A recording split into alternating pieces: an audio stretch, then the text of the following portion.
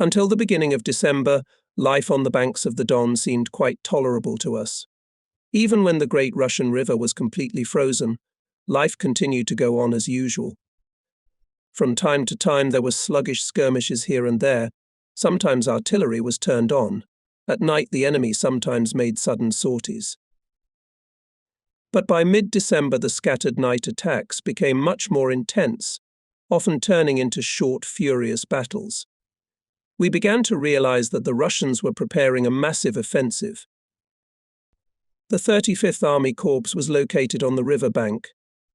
It consisted of the following units: German 298th Division on the left flank, Pasubio in the center, and Torino on the right flank.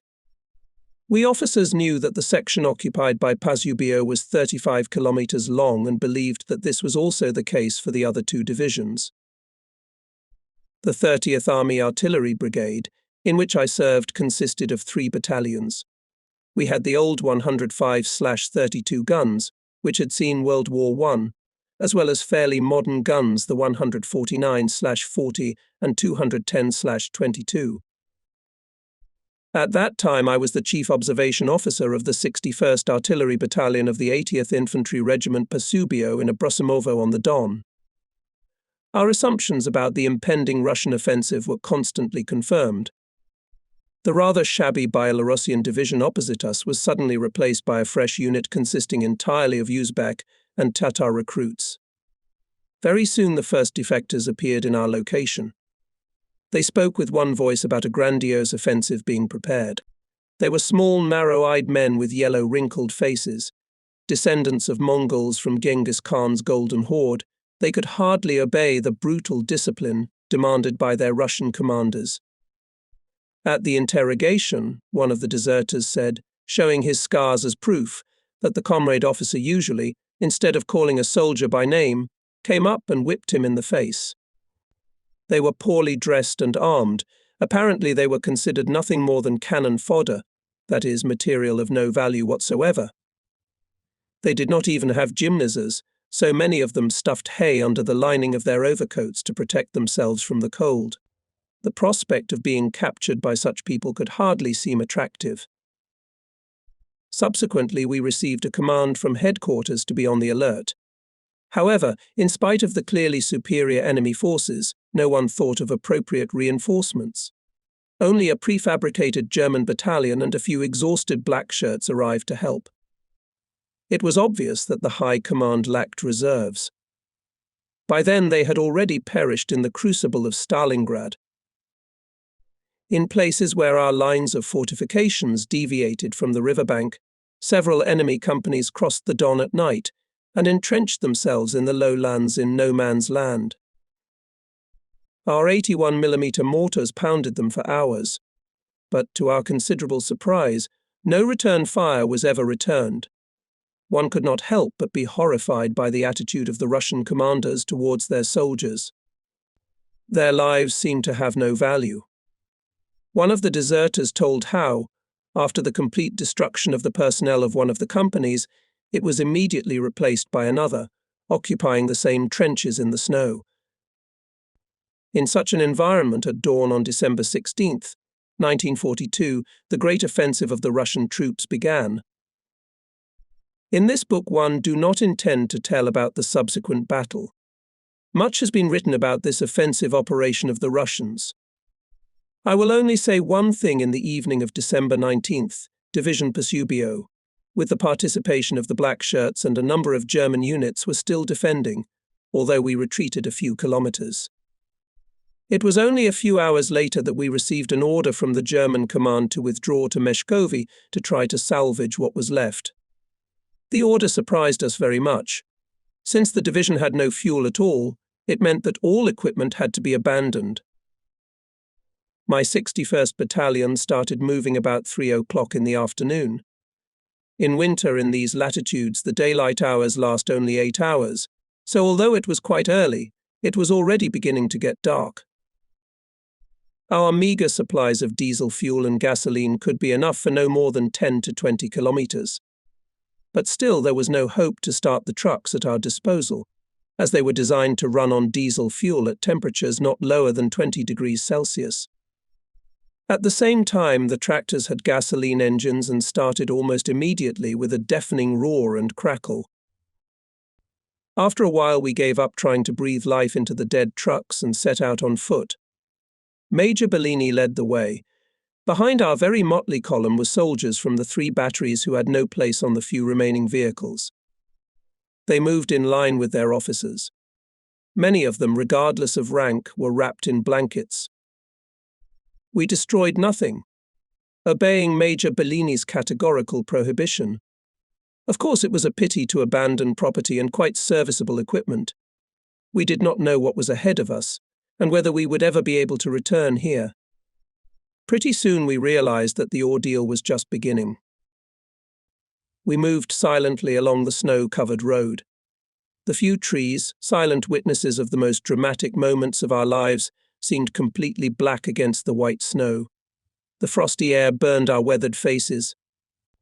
No songs were heard around, and no bluish smoke rose from the chimneys sticking out of the dugouts. We were leaving the places that had become so familiar. Major Bellini put me in the rear of the group accompanying the command.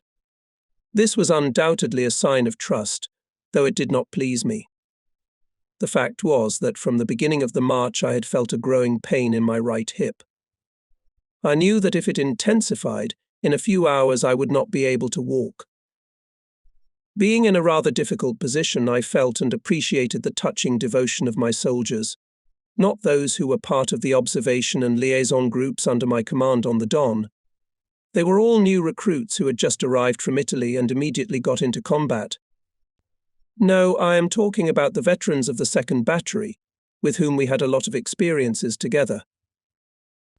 I approached Corporal Gimondi, with whom we had fought together for many years, and told him about my problem.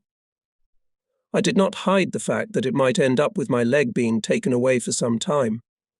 He threw the heavy bag of provisions off his back and replied, "Signor Tenente, I will not leave you. If we get out of this mess, we'll be together.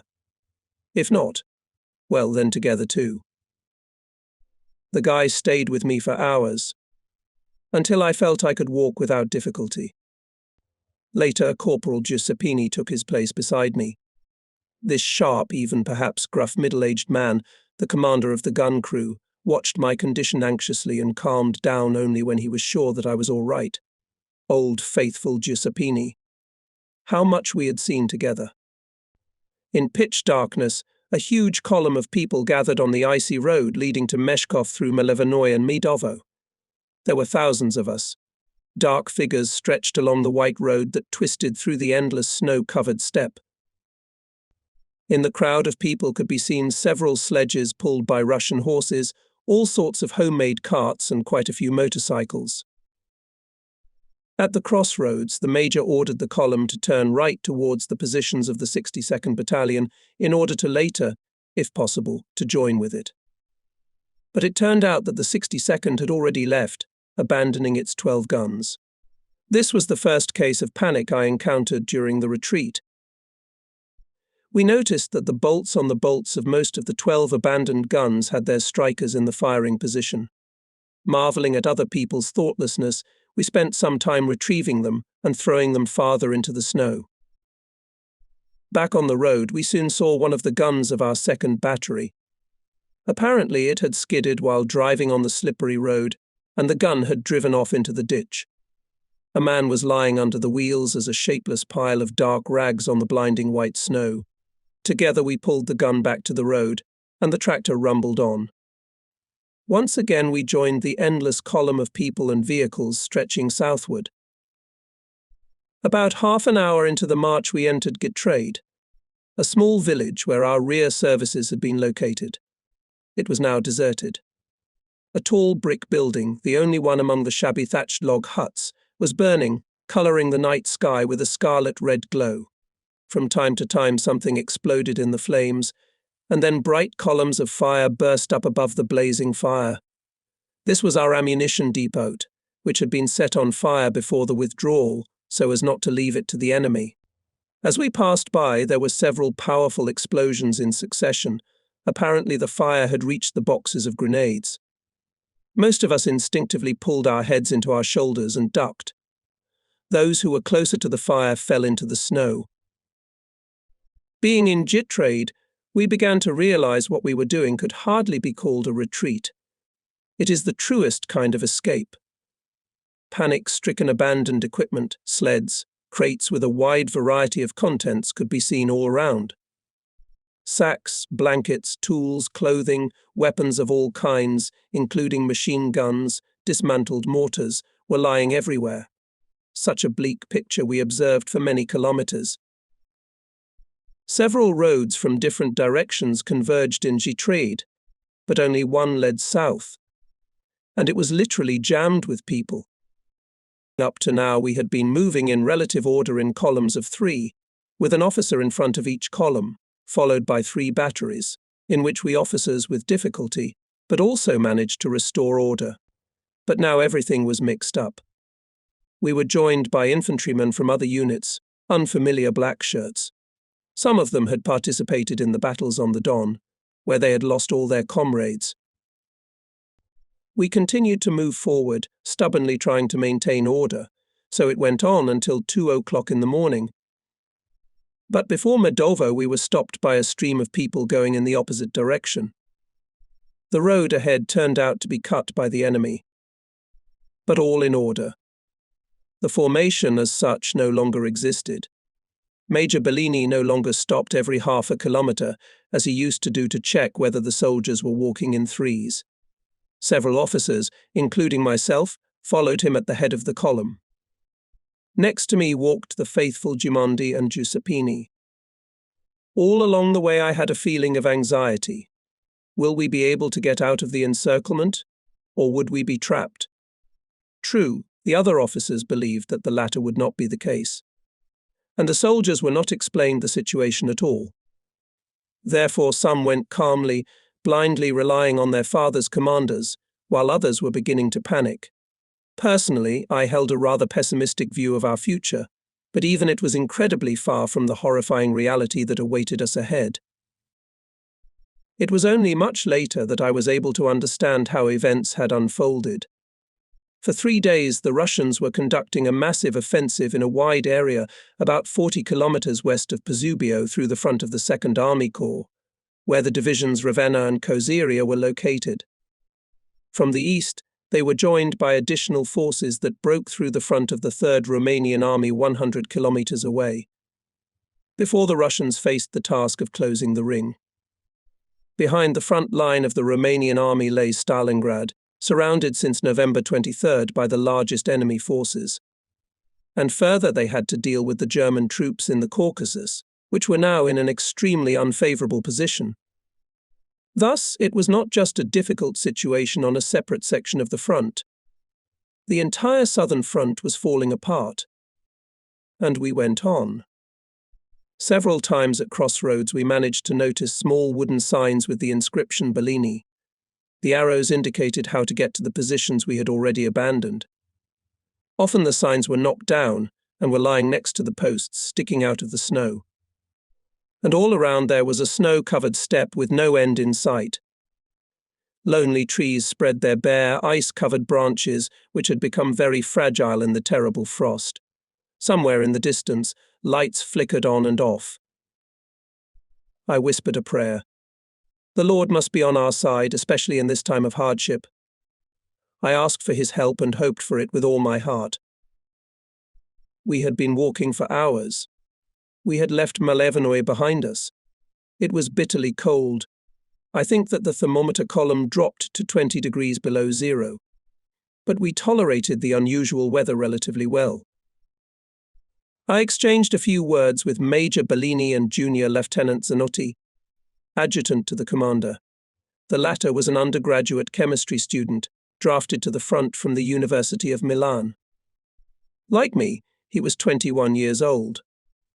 Zanotti, a typical boy from a well-to-do family, carried his sleeping bag with one hand in the manner of a suitcase, and with true Milanese courtesy informed everyone of his confidence that we would be safe in the very near future. Our chart officer Palazziano took part in the conversation, as did Lieutenant Candela, the doctor, Lieutenants Lugarezzi and Carletti of the 2nd Battery, and Mario Bellini, the major, who had lived 8 years in Somalia, found the Russian frost absolutely intolerable. But he did not show it, tried his best to raise the morale of his subordinates, constantly joking and laughing at the danger. God only knows how hard it was for him. We knew that when he was at the positions he tried not to leave his shelter, being unable to bear the cold. In the meantime, the pitiful remnants of fuel that we had managed to get were running out, and the vehicles belonging to our brigade, one after the other, stopped on the side of the road, along with their cargo. Unfortunately, we left a lot of them on the road. There were also enough guns abandoned by our artillerymen, huge 149/40 and 210/22 together with tractors froze motionless. The crowd flowed around them like annoying obstacles. My heart literally burst as I looked at the state-of-the-art equipment, all at once turned into piles of metal. How much effort and money was spent on it. How hard it came to my native Italy. And now I had to give up everything to fulfill the orders I had received earlier. Often there were carts with infantrymen in them. Their horses were so exhausted that they could not take another step.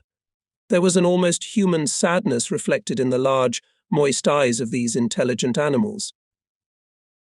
I learned that Corporal Tamburini had been left behind on one of the abandoned trucks. I knew the man well. A few hours earlier, his legs had been broken by a gun that had driven into a ditch. Alone on a truck with not a drop of fuel in its tank, this poor man had been watching the people rushing by for some time. Remembering the little yellow-faced Uzbeks into whose hands he was about to fall, he began to cry and beg his passing compatriots not to leave him alone, but no attention was paid to him. Unfortunately, I learned of this a few days later, and from the very people who had abandoned the poor fellow. We continued our endless journey into the night. Every hour the column stopped for a 10-minute halt, as required by the rules. Many of us collapsed into the snow. During one of these breaks, Zanotti fell asleep, and this at -20 degrees, and in the snow. But he had not slept all the previous night, and was exhausted by that all-consuming, mind-consuming fatigue, which is familiar only to those who have been at the front. Just before Medovo, a large group of Germans joined our column, coming along one of the country roads. Soon the flow of people clearly divided into two parallel streams. On the right went people in dark Italian uniforms. On the left moved Germans in their very bulky light clothes. The shoes of the latter were lined with thick felt. The difference between us was obvious to everyone. By the way, the Germans had fuel and quite a large number of vehicles. All the guns had tractors with a lot of fuel. In addition, they had many sledges and carts, each pulled by 2 or even 3 horses. In such wagons, 8 to 10 men were placed. This allowed the soldiers to take turns resting on the sleds. In addition, they did not carry anything on themselves, not even weapons. But if an Italian soldier falling off his feet from exhaustion made an attempt to climb on a German sled, he was immediately driven away. But all this was still a flower. The real trials awaited us ahead. Meanwhile, the number of our trucks continued to steadily decrease. Those that were still moving were covered with clusters of people, and on each of them, among the Italian soldiers dressed in dark colors, there was a German dressed in light-colored clothes. What can you do? Italians are good people. Monumental deliriums pulling 100 cadets and 220 were crowded with people. Soldiers sat on the hood, on the roof of the cabin, on the gun itself in general, wherever they could get a grip on something. Often they had to defend their place in a fight, because there were too many applicants for each one. From fatigue, the men could hardly stand on their feet. Some could no longer walk. One day I saw a dark figure lying in the snow on the side of the road. The arms and legs of the unfortunate man were twitching in convulsions. At that moment the column stopped. With the help of a few soldiers, I managed to lift the poor man up and bring him to his senses. Then I asked the German soldiers in a nearby truck to take him with them. I did not know the Germans then as well as I do now, so I found this behavior quite natural. An hour later I noticed a soldier in delirium. The infantryman, who had reached the last stage of exhaustion, was sitting in the snow on the roadside and mumbling incoherently about green fields and babbling brooks. I tried to stop one of the passing German trucks, but our valiant allies either pretended not to notice my signals or waved me away. Thus continued my acquaintance with the Germans. Finally, an Italian breeder with a 250 in tow showed up. We loaded the stubborn guy with difficulty. Before going further, the driver said that it was not difficult for him to take one more soldier, one more, one less. There was no difference. But there was only enough gas in the tank for 8 to 9 kilometers, and then we'd have to walk anyway. But there was nothing more I could do. We kept going. My leg was still bothering me. I walked along the road and thought sadly about my own fate. Why did I have to go through all this? If the paralysis had developed, I would have been doomed from the first moment. Did Providence want to make me feel by experience that human life in the full sense of the word always hangs in the balance? Hearing of my difficulties, the major offered me a seat on one of the trucks. But it was long past midnight, Medovo was left behind. We turned right, and not a single Italian truck appeared. Just beyond the village, the black shirts of one of the M battalions, I think Taglamento, were bivouacked. Here I also saw the last means of transportation belonging to my brigade Pavese. After a while the column once more came to a halt. I was forced to go to bow to a small German lieutenant with an eagle nose, in charge of a tractor pulling a trailer loaded with barrels of gasoline and an anti-tank gun. We spoke French. It was the only language, other than the Germans' familiar language of violence, that they understood. As a result, I got a place in the car for myself and another soldier who could not walk.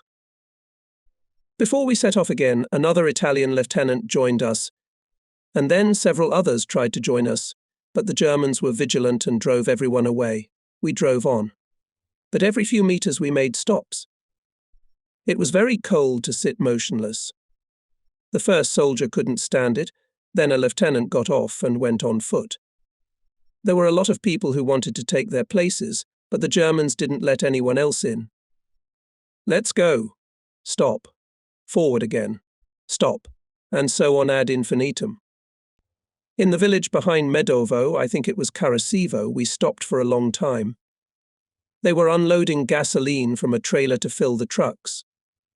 I took advantage of the stop and approached a large fire surrounded by a crowd of people. Turns out they were burning a food warehouse. At least this way, but I got a chance to warm up a bit. Finally. I then walked back to the trailer and we continued on our way.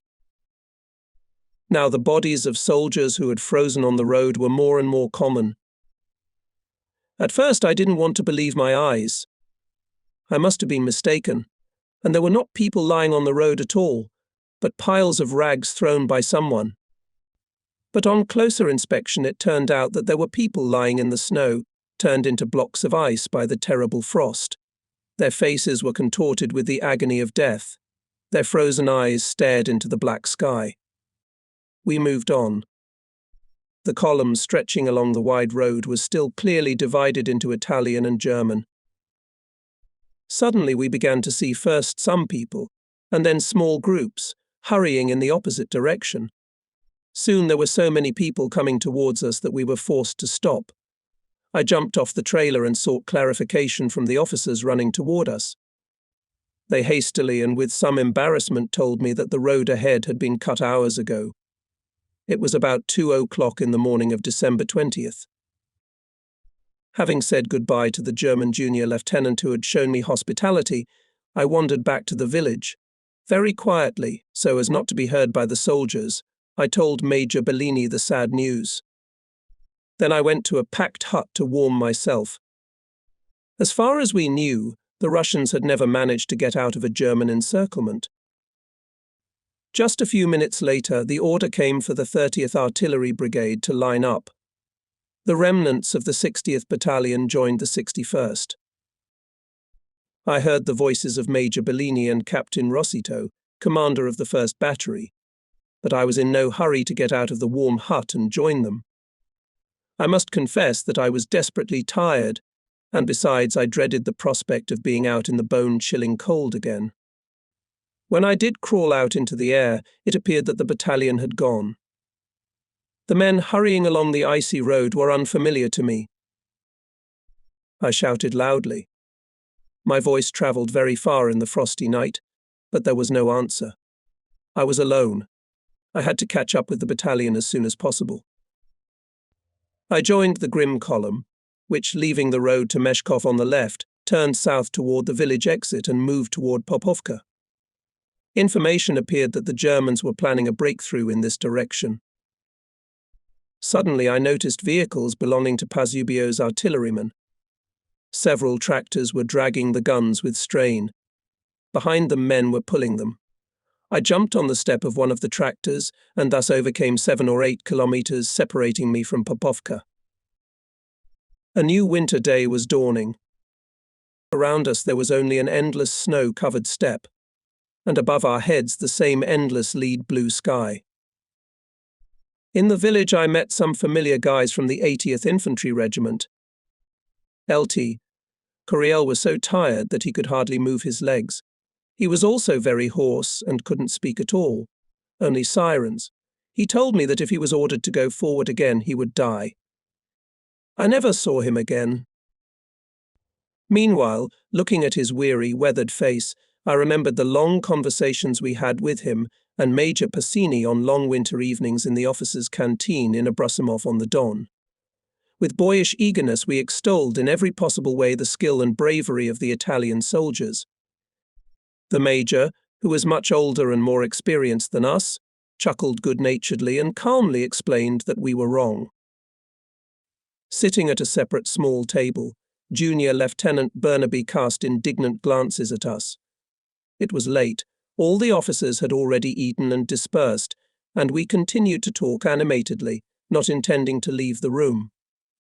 The fact was that Junior Lieutenant Burnaby, who had recently arrived from Italy, was sleeping in this room when everyone left. And the rank of junior lieutenant was only 2 months ago. And then the heavy fighting began. One moonlit night, Burnaby went on a sled to the company. He was very pleased because he was to take command of the squad. And he died. Major Passini died too. And many more men from that battalion are no longer alive. Now I thought the worst was over. I came upon Coriel, who, limping, was wandering around looking for his soldiers. Most of them were recruits from Sicily, fresh to the front, and were trying to sneak away at every opportunity. Apparently the Major was right in his assessment after all. Some things are best forgotten. Captain Lanciani and Lieutenant Fabrosini, a perky Neapolitan, were also here. Like Coriel, Captain Lanciani limped. We stopped. At the very height of the day, the Germans in 8 or 9 heavy armoured cars had set off somewhere to the east. They had to break the encirclement. At least that's what we thought. Behind them moved the wagons with their belongings, and further on came 2 columns of Italian soldiers, black ribbons winding through the blinding white snow. The huge space around Popovka was now swarming with people, with more and more columns approaching from the Medov side. I kept close to Fabrosini, the officer commanding the remnants of the scout platoon in Abrusimov. We had been through a lot together, and we got along well. We stopped at the crest of a very long hill. There the Germans were performing some complicated maneuvers designed to deceive the enemy. But it didn't look like they were planning to go for a breakthrough. Fabrosini, a few of his scouts and I waited sitting in the snow and gnashing our teeth against the cold. Behind our backs the shabby huts of Popovka were gloomily black. Ahead of us, it seemed that the endless snow-covered plains stretched as far as the horizon. Not a single sign of life was visible anywhere. I decided that I had to get up immediately and start moving, otherwise I risked freezing to death.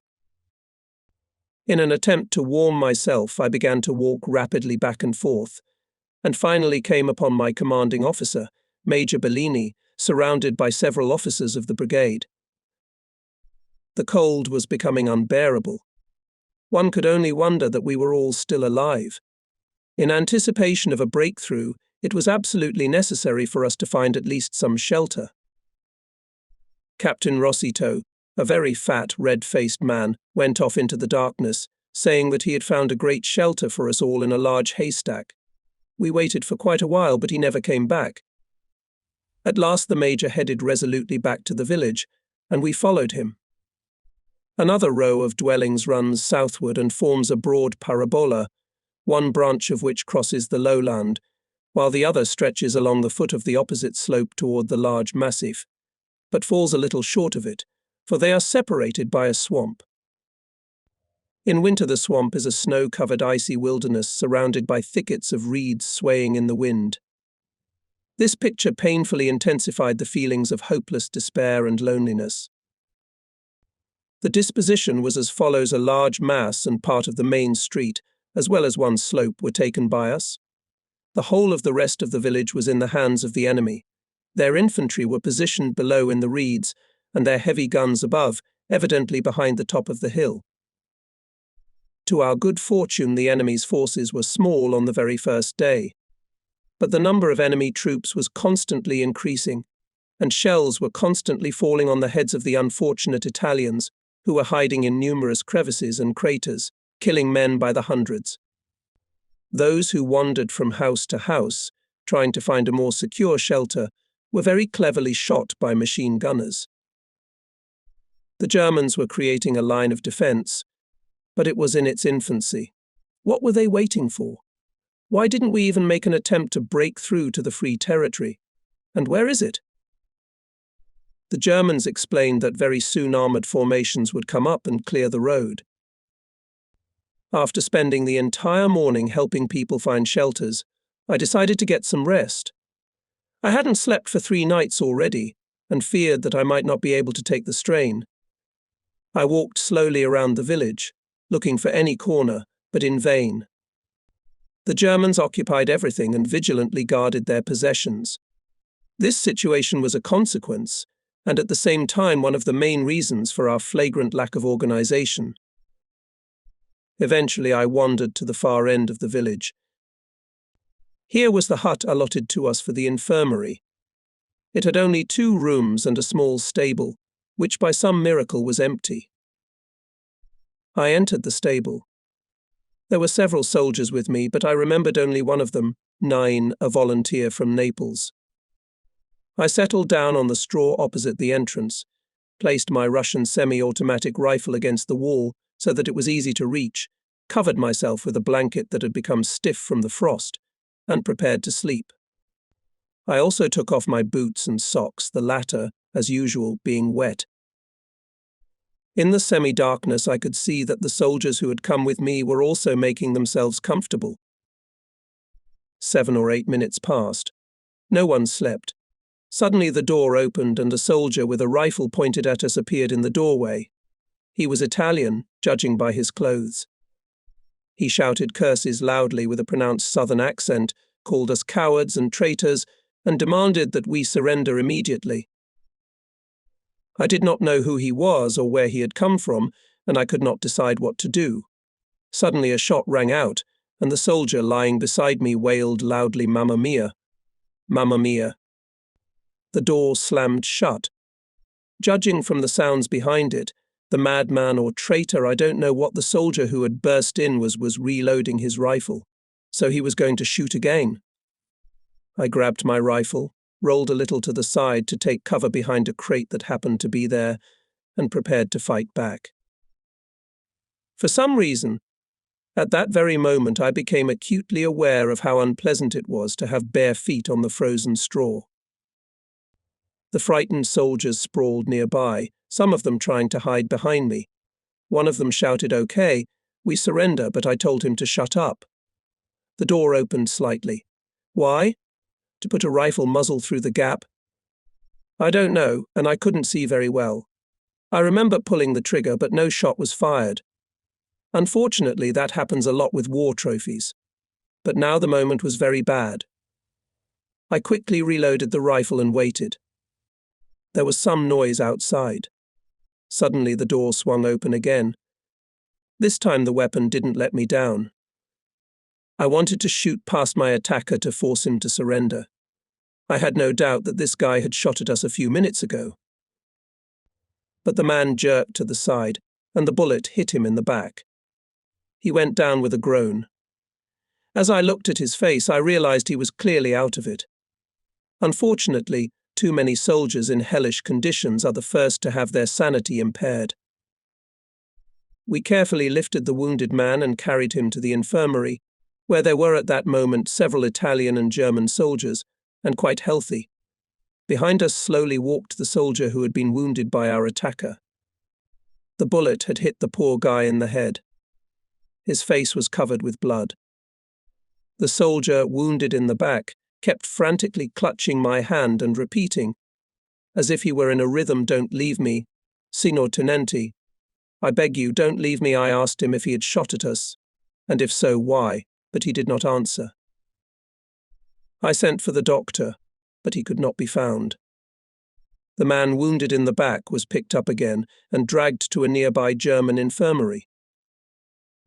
We argued with the German doctor for quite a long time, not understanding each other at all.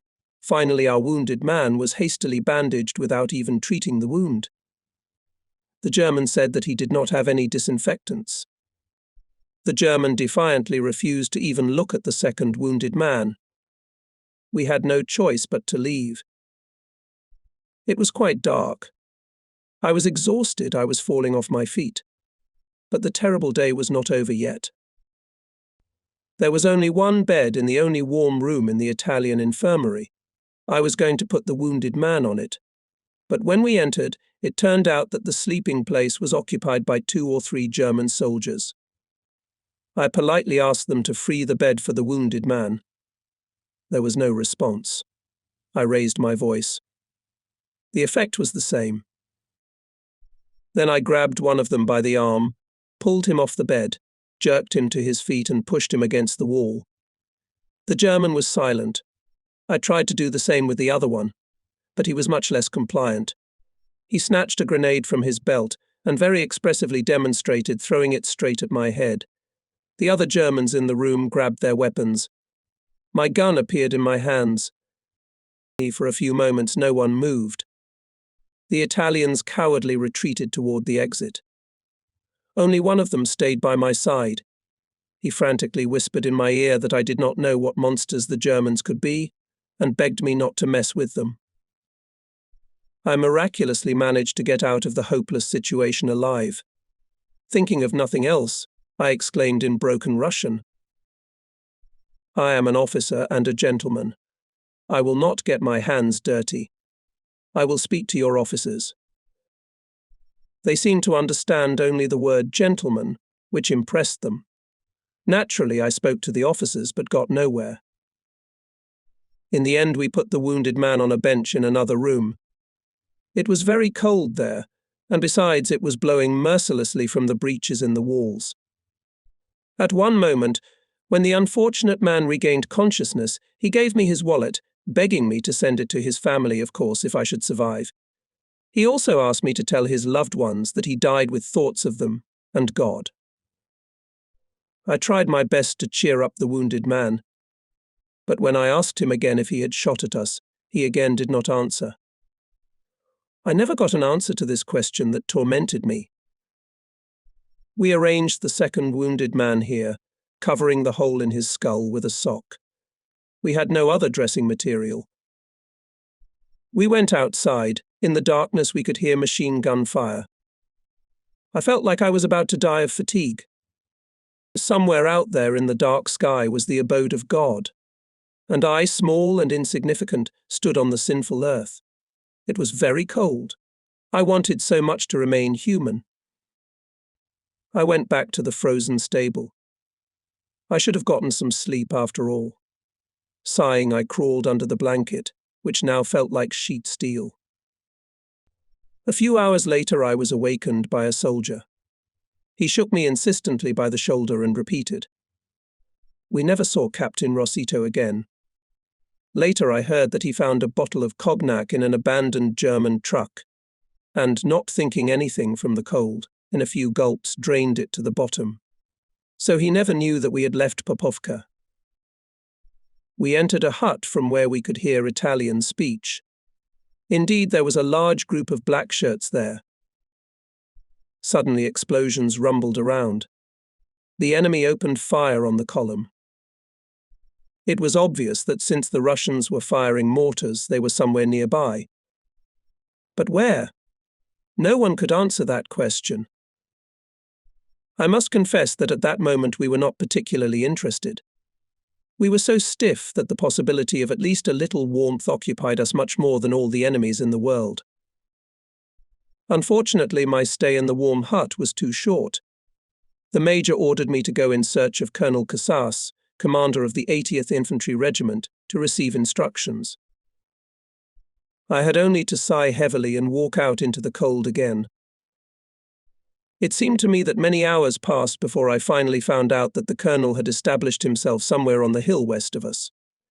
We had already been there and witnessed the utter confusion. A great many soldiers from all sorts of units were crowded together in one place, not knowing what to do. It was well past noon. I noticed that some units were leaving the village again. The senior black-shirted officers I met on the way informed me that a breakthrough was now imminent. Deciding that I had received enough information, I headed for the hut where my comrades and Major Bellini were waiting for me. In 200 meters from it, I noticed a Russian tank. It had not been there before. It turned out that it had appeared in the village a few hours earlier and was very quickly hit by the Germans. Its crew consisted of one very young boy, almost a child. After getting out of the tank, he attempted to fire, but was shot by superior enemy forces. Later, Corporal Giuseppini told that this tank appeared quite suddenly. It was followed at some distance by 2 or 3 others. Its sudden appearance on the Medovo road, on which were moving columns of German and Italian soldiers, led to a real panic. All the more so because he was rushing forward, destroying everything in his path and pouring machine gun fire on the survivors. Giuseppini swore that he saw at least 500 dead. True, the organizers of this bloodbath did not survive their victims for long. I could not help but admire the neatness and precise organization of the Germans. Even in the prevailing chaos everywhere, they managed to provide anti-tank defense of the village. Returning to the major, I dutifully told him everything I had learned. He immediately decided that we should together find the improvised garrison command post, the location of which I had managed to find out.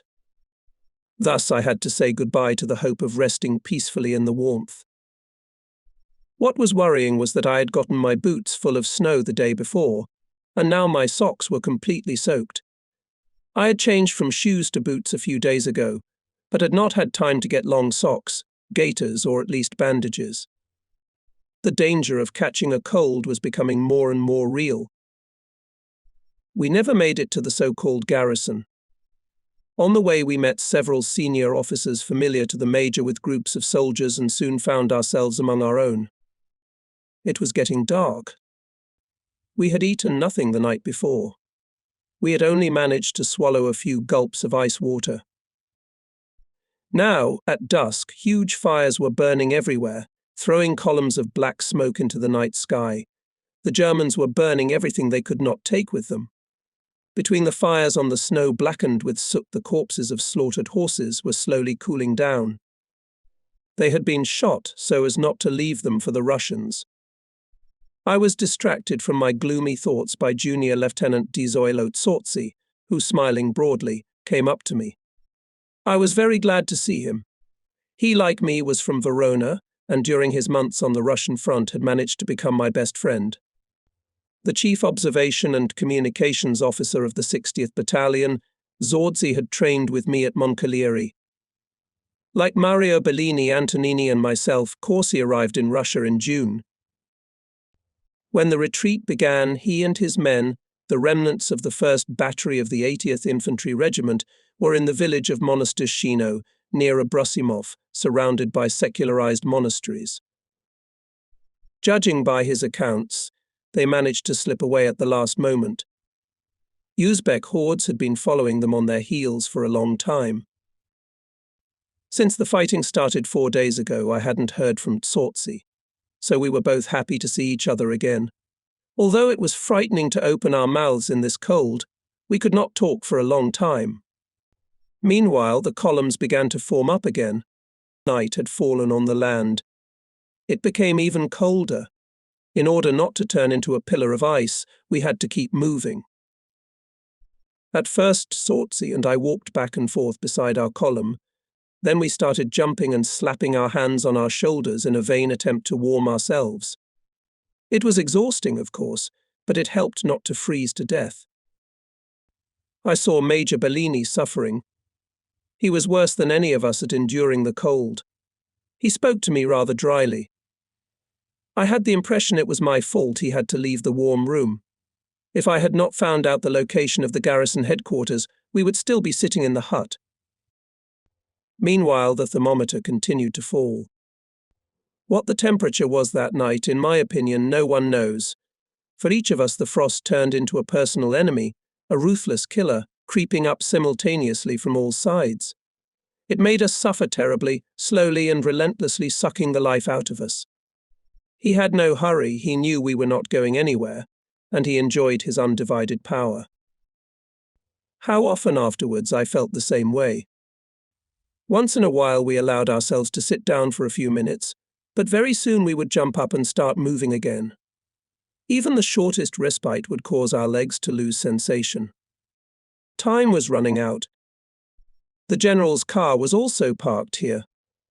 Our major periodically approached it and exchanged a few words with those sitting inside. And around us life was boiling. Column after column built and left in different directions. Around 9 p.m. Numerous trucks, guns and wagons began to arrive from somewhere, following them soldiers on foot. It turned out to be Torino's division. The column stopped near us. I heard talk that the division first tried to go out on another road in a southeastern direction, but ran into the enemy. Now we were to unite and move together to the southwest. The Germans demanded 1,000 litres of gasoline from the Torino division, promising tank support in return. This meant that the division would lose all fuel supplies. Nevertheless, the Germans' urgent request was granted. Thus, at one point converged the following divisions: Pasubio, Torino, separate units from Ravenna and Solera, 298th German Division, deprived of command and most of the personnel, but had 8 or 9 tanks. Pasubio's division took part in the heaviest fighting on the Don. 2 more legions of blackshirts, Tagliamento and Montebello, but pretty battered. How many of us Italians were surrounded? At least 30,000, according to the most crude estimates. There was no hiding from the bitter cold. There was nowhere to wait for help. We tried to protect ourselves as best we could. When we finally set out, it was midnight. The column stretched for kilometers, but the movement was orderly. On the left went people. 80 meters to the right of them moved equipment, in the middle sleds, wagons, horses. The Germans led the column. We had to constantly monitor the order, not to let the soldiers overtake each other in an effort to get closer to the head of the column. That is, under the direct protection of the Germans. Unfortunately, this was the mentality of the Italians. Unable to restore order in their own ranks, they immediately lost confidence in their forces. Besides, we had no automatic weapons at our disposal. We had only a few machine guns left, while machine guns as well as handguns were abandoned. Thus we were armed only with rifles and muskets. Some officers also had pistols. In addition to a pistol, I had a Russian semi-automatic rifle with a telescopic sight. That night I noted the first instance in my experience of a junior officer refusing to follow my orders. One of the sergeants in my battalion refused to return to his place in the ranks. I was absolutely convinced of the need to maintain strict discipline, as any disorder under the circumstances could have dire consequences, so I was about to shoot the poor fellow as instructed. The only thing that stopped me was that the sergeant seemed to be completely insane and clearly did not know what he was doing. So I only wrote down his name and decided to make sure that he would be brought before a court-martial and held accountable for disobeying orders. But this sergeant never came out of the encirclement. We went on.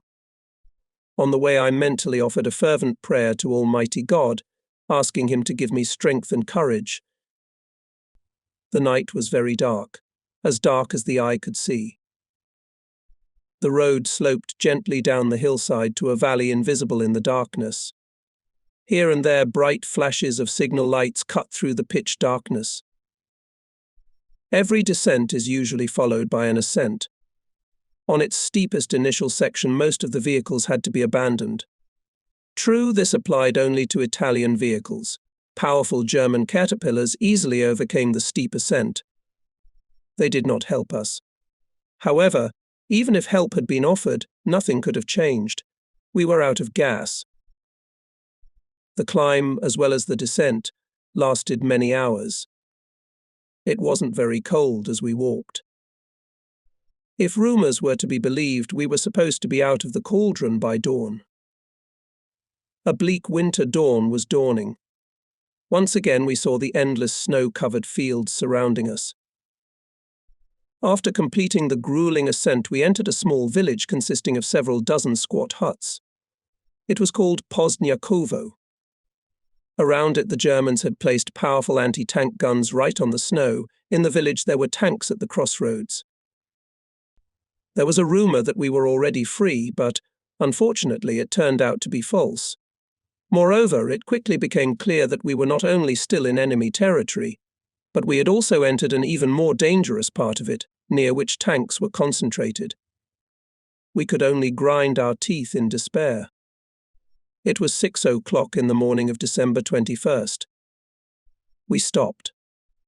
At the same time, the tail part of our Italian column continued to rise and now actively pressed on us from behind. Again, the noise and confusion began. The officers were shouting orders in hoarse voices. The rank and file lazily pretended not to hear anything. Little by little, the soldiers, shuffling from foot to foot, pushed by those constantly coming up from behind, left the line and languidly stretched out toward the huts visible in the distance. People were convinced that the front line was somewhere nearby. At that time, we did not yet know that there was no permanent, clearly defined line at all. In front of us, there were only enemy infantry divisions that had moved forward strongly and motorized brigades that controlled all passable roads. We were moving to their rear. The soldiers gradually scattered in the neighborhood, and some groups went quite far away. Obviously, they did not realize how dangerous it was to move away from their unit in such a situation. After all, at any moment could appear Russian tanks. How come nobody took matters into their own hands? Why were so many people allowed to move blindly towards their own deaths? I confess that we were greatly depressed by the vastness of the surrounding landscape. Compared to the vast horizons of the steppes spreading out on all sides, a man seemed like an insignificant booger. The feeling of fatal inevitability of what was happening penetrated into our souls. We dumbly shifted our feet and thought languidly about the senselessness and futility of any struggle. I had to pull myself together with great effort. Such a breach of order is absolutely unacceptable. Something must be done. After a little thought, I made a decision and began to work like a stubborn little ant, with the help of LT. Macario of the 2nd Battalion, 80th Pasubio Infantry Regiment, and a few other officers, we began to gather men and form units. Some of it worked out. The people were so confused that they were ready to obey anyone who was able to give them a clear order. And the people kept coming. I found myself in an amazingly paradoxical situation. If only there were an energetic senior officer in my place. But the senior officers seemed indifferent to what was happening. Later, I realized that the cold spurs only young people like me to action. In older men, it paralyzes all initiative. Fortunately, we managed to cope, and more or less organized groups of people moved towards the village. I was told that on the other side of the hill, among the ruined houses, the general was gathering people. We went there at once, and after a while joined the army. On all sides, more and more Italians were coming toward us. Finally, the general ordered us to leave Pozniakov, go a kilometer to the southeast and prepare for a breakthrough. It turned out that we had 4 generals with us: Rossi from Torino, Capizzi from Ravenna, and another one, who was called Bozelli. After a while, the name of Bozelli was no longer mentioned, nor was any other name called in his stead. I cannot remember exactly who was then in command of the troop movements. The formation of the new military unit, or rather the waiting for its formation, since we were again doing nothing but waiting, was taking place on a vast and gentle hillside sloping gently down to the valley. We saw that there were Germans in the valley. They were marching somewhere in an organized column, guarded on the flanks by tanks. I was doing my best to bring order to our ranks. But one can hardly expect people who are not accustomed to discipline in everyday life to obey orders just because they happen to be dressed in military uniforms. The Carabinieri tried their best to help us officers, but unfortunately to no avail. The men clearly did not want to march in an organized formation. We had not yet had time to start moving when the first bullets struck the soldiers ahead of us. The formation instantly mixed up, people ran, and our guys continued to shoot at us, and from where it was absolutely unclear. We did not leave enemy shooting unanswered. The soldiers were fiercely shooting at random. In the meantime, the enemy's fire became targeted. The bullets more and more often reached the target. One of them even whistled very close to my head. Apparently, my desperate gestures to bring at least a minimum of order attracted the attention of enemy snipers. I was recognized as an officer. Eventually, the crowd of Italian soldiers divided into small streams of men, which poured into the valley. It was evident that there were wounded among them. And then I had an opportunity of witnessing one of the most terrible spectacles of the whole retreat. I saw Italians being killed by Italians. Groups of scouts who had been sent by our officers to survey the area on their return were mistakenly fired upon by their own comrades. In the resulting indiscriminate firefight, the friends were killing each other. I broke my voice trying to stop the bloodshed. In the commotion, I lost my hat, which was immediately trampled on. It was pointless to do anything else. We were no longer an army. I was no longer in command of soldiers. I was surrounded by creatures unable to control their actions. They obeyed only the animal instinct of self-preservation. A last attempt to restore order. I remembered that near the village I saw 2 or 3 75/27 guns abandoned by the 8th Artillery Brigade in working order. I rushed across and stopped a tractor that wasn't pulling anything in tow. It was absolutely necessary for us to get at least one of the abandoned guns here. On the tractor were several wounded men. With despair in their eyes, they began to beg me not to make them go to get the guns. I did. I had no hat, only a knitted helmet to protect my head. But I had no choice, so I ran down the slope, pushing the crowd to and fro. When I reached the road where the Germans had recently passed, I saw a Neapolitan named Adalberto Pelliccia, a junior lieutenant in the 201st Artillery Regiment. He was standing right on the road beside a tractor with an anti-tank gun in tow, and looked quite calm. I was glad to meet him.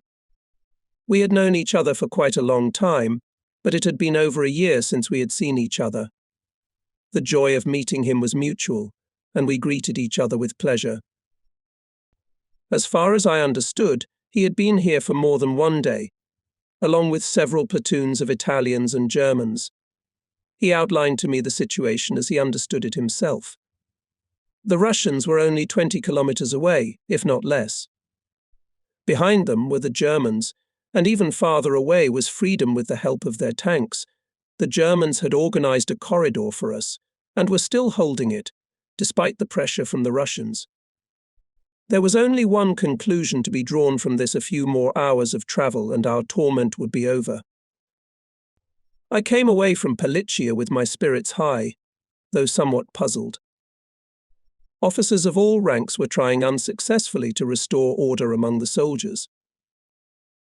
Pensive, I walked slowly through the trampled snow. From behind I heard the noise of engines, and I saw that I was being overtaken by Italian trucks with soldiers. Following them came a guzzi in which, besides the driver, there was only one soldier. Without objection, even treating me very respectfully, they put me in the truck. Climbing into the truck, I had no idea what an incredible race awaited me. The driver was obviously obsessed with getting as far away as possible, at any cost. He was driving so fast that we were in danger of flipping over or hitting someone at any moment. With great difficulty I managed to slow down the soldier who had lost his head from fear, but not for long. We began to be shelled with mortars. I could not determine where the shells were coming from, but judging by the frequency of bursts, I realized that only one gun was firing. It was probably mounted on one of the hills surrounding the valley, from which the terrain was clearly visible, for it was clearly aiming at the points where the rivers and streams of people were flowing together. Now, nothing could stop our driver. Risking his life every second, he raced along the snow-covered slippery road. We safely passed the zone of mortar fire. On the snow-covered road, it was not always possible to notice deep holes, so we had to climb out and push the stuck vehicle out several times. I looked anxiously at my occasional travelling companions and could not tell if they were shaking with fever or fear. Meanwhile, the road went uphill, which became steeper and steeper. At some point our car stopped. Without thinking long, the driver jumped out of the cab and literally flew up on a passing truck. We saw him safely sprawled on the tarpaulin and looked at each other confusedly. Neither I nor my travelling companion knew how to drive. We had to walk the rest of the way. Remembering Pelliccia's story, I was sure that in a few hours I would be safe. On the way I saw more and more figures stretched out in the snow. These men were still alive, but so tired that they could not move on. They looked at us with envy and despair. After all, we were still on our feet and could walk.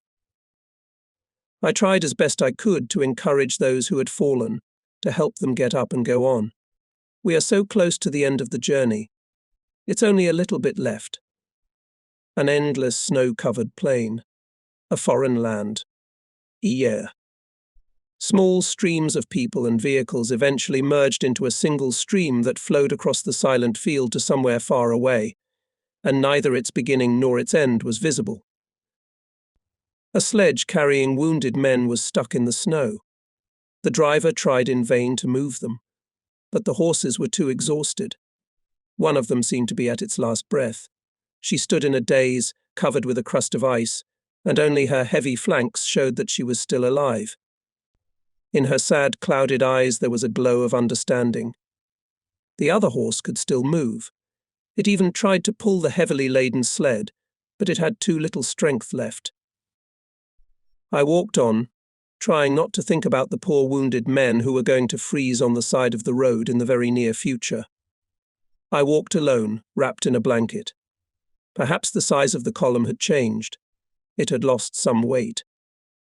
By noon I reached Tikhozerovskaya, a pretty village, in the centre of which was a very beautiful church, though it too had been turned into a warehouse, like all the churches I had seen in Russia.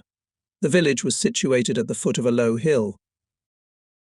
As I entered the village, the first thing I saw was a truckload of wounded that had broken through the wooden fence of the road and fallen onto the icy surface of a frozen stream. Evidently, the cause of the accident was a mine explosion. A little farther away in a small area were 2 or 3 other trucks with wounded men, also abandoned. One of the wounded had managed to get out and was now waddling slowly toward the road, holding out his arms to us and crying for help. The rest of the trucks were silent. I gritted my teeth and walked on by. I made a brief stop at a well, next to which stood a crane made of thin trunks. I was very thirsty, but the German who followed me told me to get out because he had to get his horse drunk. I moved on toward the exit of the village. After a while I passed a German lieutenant who suddenly shouted to me in Italian, "Only wounded men can ride on the sled. No luggage." I had only to be surprised and go on my way. But when I left the village, I immediately realized what the German meant. I saw a sledge loaded with boxes, bales and sacks, on which 2 soldiers, apparently from the south of Italy, were sitting. In them I recognized at a glance the beggarly inhabitants of the slums, who in their peaceful life had nothing, and now by chance had come into possession of some property. They would not part with it for anything in the world. At the same time, the exhausted people were sitting on the roadside without strength, silently awaiting death. I made the driver stop and scolded him sharply, and heard in return that he should mind his own business and not meddle in other people's. Then I went to the sled, pulled off a heavy sack and threw it into the snow. The driver attacked me with fists. He threw me aside, returned the sack to its place and climbed back on the sled. I involuntarily took up my gun. Should I really shoot him? All the existing rules, as well as my own sense of duty, said that I was obliged to use the gun. But I had already seen too many dead Italians and could not bring myself to increase the number myself. And then, why should I kill an unfortunate man who had seen nothing good in his life? Confident that we would all soon be safe, I decided not to shoot. But when our endless journey was over, I would wait and see if the wounded were loaded on that sledge, and if not, I would surely hand the Southerners over to the authorities. Judging by the hunted looks of the boys, they realized perfectly well that I wanted to shoot. Apparently they realized that they would not have time to use the guns themselves, because I would shoot faster anyway, so they made no attempt to grab their rifles. But I let them go in peace, which I regretted many times afterwards. Unfortunately, it was not a few hours' journey to our position, but days, weeks. I never saw those sledges or those soldiers again. Still, I was obliged to use my weapon, even if the unfortunate driver had to be loaded on the sledge as the first wounded man. I am still convinced that it was out of numerous manifestations of weakness, such as mine, that the ruinous mess in which we found ourselves was formed. On the roadside lay a half-frozen dying German. German sleds and trucks passed by, but no one stopped. We walked on. I looked into the distance until my eyes hurt. The head of the column was disappearing somewhere over the crest of the hill. I sincerely hoped that on the other side were our positions. But when we too were on the opposite slope, it became clear that all that lay before us was a flat, gentle descent, followed by another rise. It was a roller coaster. We went up and down 6 or 7 times that day. By the evening I felt very tired. I was still lucky that I was able to ride the car part of the way, curled up on the front bumper. But after a while the car stopped, tailing a long string of vehicles of all kinds. I jumped off and walked again. People were silently crowding in front of the frozen column of vehicles. On both sides of the road stood 2 German anti-tank guns. The terrain ahead seemed lifeless. Everywhere, as far as the eye could see, stretched white desert. In the distance we could hear the noise of battle. The Germans explained why we could go no further. There was a tank battle going on up ahead. Enemy tanks had cut the way for the column, and now German tanks were trying to re-establish the corridor. After half an hour there was silence again. We were allowed to move on. There was a rumor that somewhere nearby our captured a village. Now we were walking along the edge of a wooded area. Several soldiers fired a few shots in the direction of the forest for no apparent reason. Others followed their example, and in a few minutes quite a number of men were firing passionately into innocent trees. It was quite obvious that there was no one in the forest. No matter how hard I tried, it was beyond my power to stop the senseless firing. The soldiers were unwilling to realize that by so doing they might attract the attention of the enemy. A German soldier who had accidentally joined our ranks shouted something indignantly, but no attention was paid to him. Unfortunately, I must admit that in front of us were no longer soldiers, but a disorderly crowd of frightened, completely demoralized people. They were guided only by their own instincts and did not want to listen to the voice of reason. They wanted only one thing to get out of the trap and were ready to achieve this goal at any cost. They were willing to do anything to escape the white silence and find themselves in familiar surroundings among friends again. Of course, strict order would have made it easier to achieve the common goal. But this was understood only by the officers. Many of us honestly tried to impose discipline, but even at the cost of our own lives, we had no way under those conditions to prevent disorder. How can you forbid a man who has had nothing to eat for days to look for any food? How can you condemn a stiff soldier who is looking for a warm place to sleep? And how can you explain to a man who is running back and forth along the column and waving his arms, hitting others, trying in vain to warm up, that it is necessary to walk calmly in line, and if the column has stopped, to stand still? Impossible. Everyone blamed the Germans for our misfortunes. It was because of them we had no fuel. Besides, they, unlike us, had fuel and food, and their uniforms were not much better than ours. How not to feel dislike? Behind the forest, the endless snow-covered plain began again. The road suddenly became wider. Judging by the tamped snow, tanks had passed through here. Here we saw a huge number of anti-tank guns, and next to the massive German ones there were small Italian ones. They were awaiting the approach of the enemy tanks, almost from where we had just come and from where the men were still pulling up. We marched on. It was getting dark. All the vehicles had stopped again. We waited for darkness to overcome a stretch of road shot at by unseen Russians.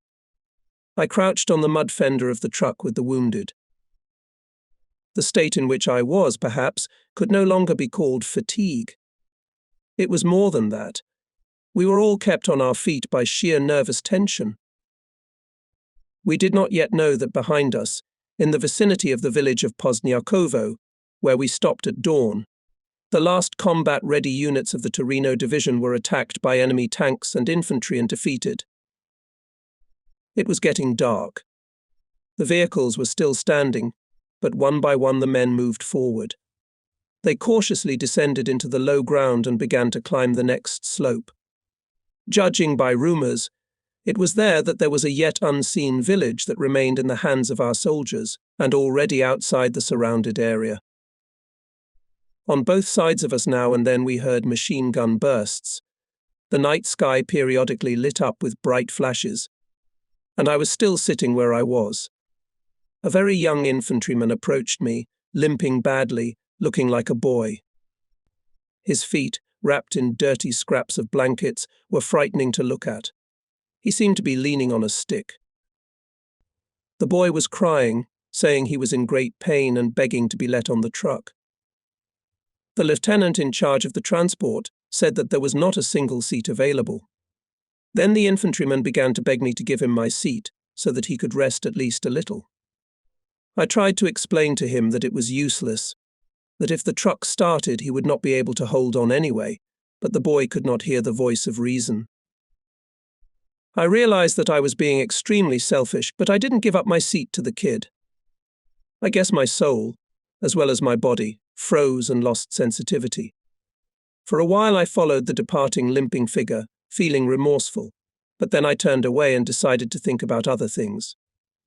Staying motionless, one could freeze very quickly. And so it was. Soon I felt that my soaked feet were turning into chunks of ice. Then I resolutely jumped down on the snow and walked again.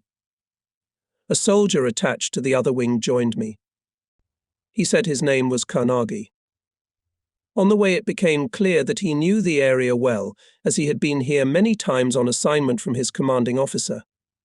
He immediately told me his version of the situation, which was that we were sure to be safe before dawn. It is not necessary to recount our conversation, if an exchange of brief remarks can be called a conversation at all. I had not slept for 2 nights, and the third was coming on. I hadn't had a crumb in my mouth for 2.5 days. But the worst of it all was still the cold. I was so cold and tired that I could hardly think. At the foot of the hill on the road I saw 2 more frozen soldiers, to whom no one paid any attention. The human river flowed past, indifferently skirting the unexpected obstacle. I managed to attach one of the two to the sled with the wounded. The other remained on the road.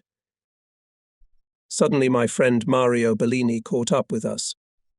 He had been looking everywhere for Lieutenant Trives without success. The latter had arrived from Italy only a few days ago, and Bellini had been assigned to look after the inexperienced kid. An hour ago they lost each other in the crowd. Looking ahead, they never found each other. Together with Carnegie, we walked slowly up the slope. Soon we entered a village. On its outskirts stood massive wooden buildings at a considerable distance from each other. The Germans leading the column halted. I approached one of the officers, introduced myself, and asked him to outline the situation. He answered lazily and obviously reluctantly, slowly grinding his words through his teeth. He said that there were Russians around the village, and that we would have to break through either in the direction in which we had moved before, or a little to the right. But we can expect that the enemy resistance will be minimal. Where's the front line? Somewhere around here.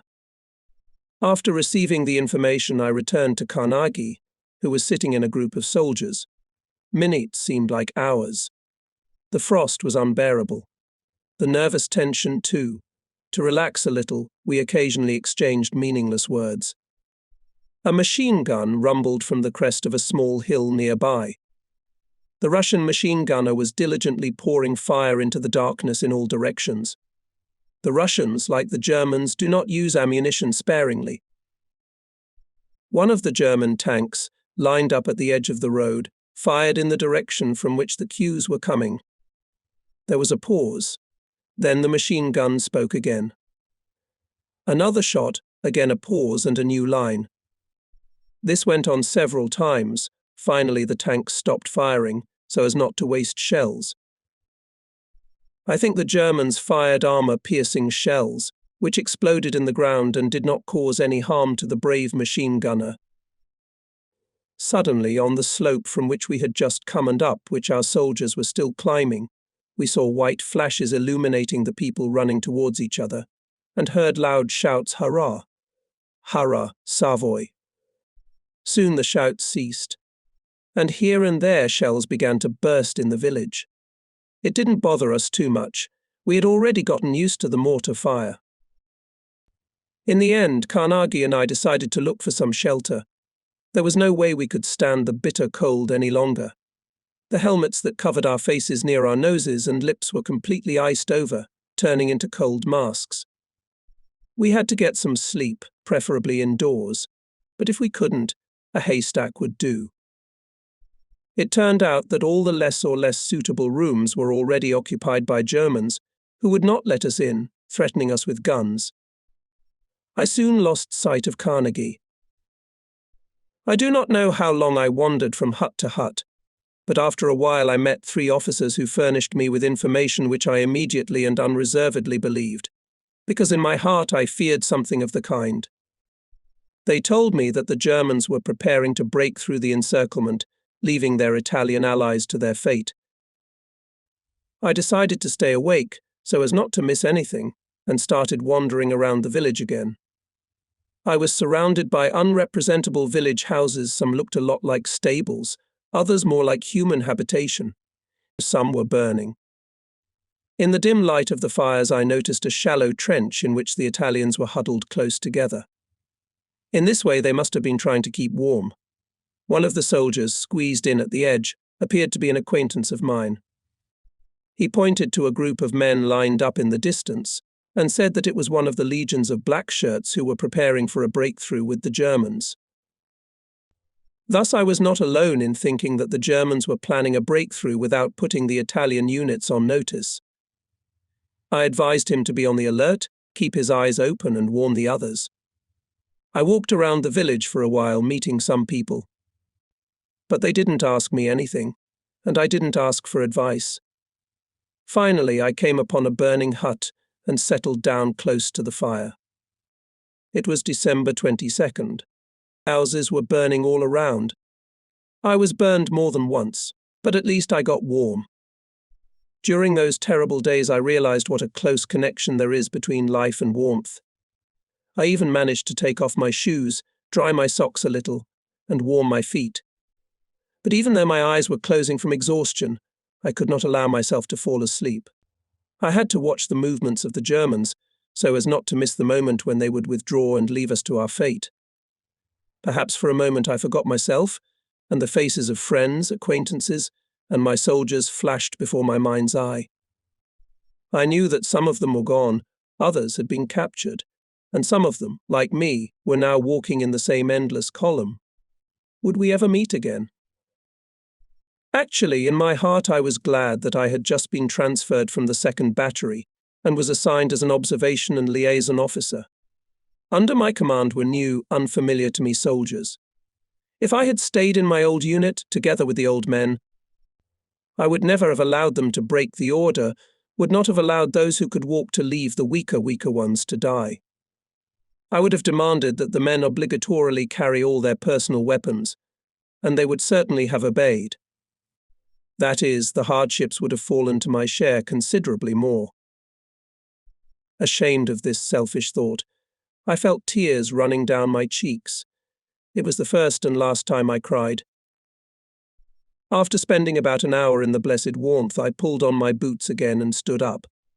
I had no doubt that the Germans had already left, so I headed resolutely to the foot of the hill, to where I could see the black shirts marching. And I began to gather the men myself. People from all different parts of the village met in the village. I wanted to organize them and lead them to follow the Germans, who, most likely, had already broken through and came out of the cauldron. In all, about 500 people gathered. I was actively assisted by Junior Lieutenant Fabrosini, who had previously been commander of the Scouts in Abrasimov, as well as several sergeants who willingly responded to my call. We were preparing to march along the same route that the German officer had spoken of the previous evening. As I recall, I ordered one of the sergeants to line up the unit as if we were in the barracks. His loud formation commands sounded strange, to say the least, considering the surroundings. But I tried to ignore such absurdities. Then I made a brief but passionate speech, and I could see that it made an impression, and we prepared to start moving. We intended to break through any enemy barriers if it happened that the enemy had already cut the corridor. At that time I did not yet know that the Germans had not broken through anywhere, and I was going to lead the men to the very heart of the enemy. 62. But Providence intervened, proving once again that man assumes and disposes not at all he, but a higher power. And we are all but insignificant and obedient instruments in its hands. That's a phrase one kept saying to myself afterwards. Fabrosini began to argue. He didn't want to agree with the route I had planned. I knew perfectly well that if the soldiers continued to watch our quarrel, they would cease to believe us. But Fabrosini showed a completely incomprehensible persistence and continued to insist that we must take a completely different route. So a lot of time passed, and to no avail. And then an unfamiliar Italian major appeared and offered to place the company I had assembled at the disposal of the general, as the process of forming a command was underway. I did not really understand what this meant, but I did not object. In the end, the men we had gathered with difficulty blended back into the unorganized crowd. I was anxious to cling to some shore. With a few officers, we went into a dilapidated hut abandoned by the Germans. We could well have used it as an infirmary. But soon I was once again convinced of the uselessness of any initiative. All my suggestions turned out to be nothing more than a breath of air. So I shut up and left the hut. It was dark. Major said that now our main task is to hide because the enemy is all around us. So I spent the next few hours helping groups of men find suitable cover. The next 3 days were to be remembered forever. They were the worst days of my life. We were near the village of Arbazov. Subsequently, the few soldiers of the 35th Army Corps who managed to survive called this terrible place Valley of Death. In Italy, almost no one had heard of it. But it was here that we had to fully feel and understand the horror of war. Only we, who survived that bloody meat grinder, could tell about the Valley of Death. At first, in fascist Italy, these stories were told in frightened whispers. Then, when the country began to fall apart, they had already lost their former relevance, became less interesting. This is human nature under the influence of circumstances. Insignificant events can become the talk of the town, while those of paramount importance can be forgotten. For this reason, I decided to write this book. I want everyone to know the sacrifices you have made, my dear brothers. I want your terrible death, my beloved compatriots, not to be forgotten, to be remembered and honored by your descendants. I hope that I will be heard, though my voice is weak and my soul is empty. The day came and evening replaced it. We had no food. Meanwhile, the people were arriving by the thousands. More and more columns entered the village, and though it was quite large, it soon became crowded. All the huts, with the exception of the one set aside for the infirmary, were reserved for the Germans. Even our generals had to skirt in their cold automobiles. Arbuzov is in a large oval-shaped lowland between two hillsides. At the foot of one of them, I think the northern one, is a large mass of huts standing quite close together. A little farther up the slope and to the east of it are numerous shanties, at first huddled together, and then the distance between them gradually increasing, as if someone had scattered them in disorder. On the other side, to the west, a long row of huts stretches along the road. It rises up the slope with it, and there, on a neat, level ground, stands a small mass of houses,